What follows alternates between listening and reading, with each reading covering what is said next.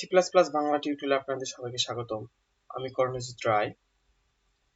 তো আজকের এই ভিডিও টিউটোরিয়ালে আমরা দেখব কিভাবে একটা নতুন লাইন লিখতে হয়। যখন অনেকগুলো লাইন থাকবে তখন একটি লাইন শেষ হওয়ার পর পরবর্তী লাইনটি আমরা চাচ্ছি যে নতুন করে লিখব, প্রথম থেকে শুরু করব। তখন আমরা কি করব, ইনডেল কিংবা কি করব যে ডাবল কোটেশনের ভিতর \n ইউজ করব। তো আমরা পূর্বে টিউটোরিয়ালে ইনডেল ব্যবহার করে নতুন লাইন কিভাবে লিখতে হয় সেটা দেখেছি। তো আজকে আমরা নতুন একটা পদ্ধতি শিখব যে ডাবল কোটেশনের ভিতরে \n। তো আমরা কোড ব্লকে যাই। যেমন আমি এখানে অনেক দেব যে সি আউট, অনেকগুলো লাইন লিখবো।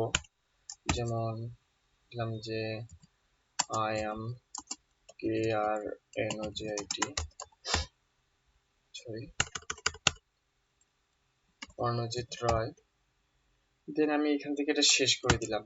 যে যাচ্ছে আমি পরবর্তী লাইনগুলো এখান থেকে আবার লিখবো।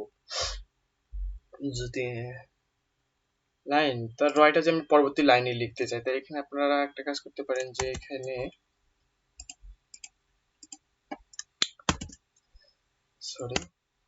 এখানে ডাবল কোটেশন শেষ করে দেন আমি একটা যে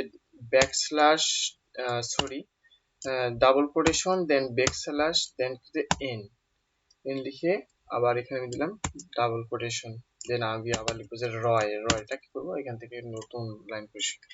দেন আমরা এভাবে লিখতে পারি। যেমন ইনডেল দিয়ে পরবর্তী লাইনটা লিখবো যে আমি কি আই লিভ ইন বাংলাদেশ। তো এর জন্য আমি কি করবো, তো এর জন্য আমি আগে দেবো যে ইনডেল দিয়েও দিতে পারি, ENDL।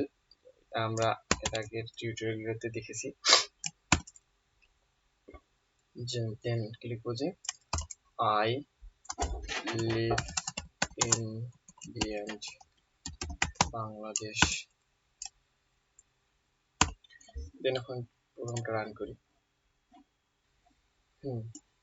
এখানে দেখেন যে আমি কি করছি, নিউ লাইন লেখার জন্য এখানে একটা কমান্ড ব্যবহার করছি যে ডাবল কোটেশনের ভিতরে \n। দেন কি করছে যে কর্ণজিতের পরে রয় লেখাটাকে প্রথম থেকে সে প্রিন্ট করছে। দেন কি করছে যে ইনডেল সেম ভাবে ইনডেল যখন দিছি, ইনডেল দেওয়ার পরে কি করছে যে আই লিভ ইন বাংলাদেশ কি করছে, প্রথম থেকে প্রিন্ট করছে। তো ভিউয়ার্স, আমার ভিডিওগুলো যদি আপনাদের ভালো লেগে থাকে তো অবশ্যই সাবস্ক্রাইব, লাইক, শেয়ার এবং কমেন্ট করুন। ধন্যবাদ সবাইকে।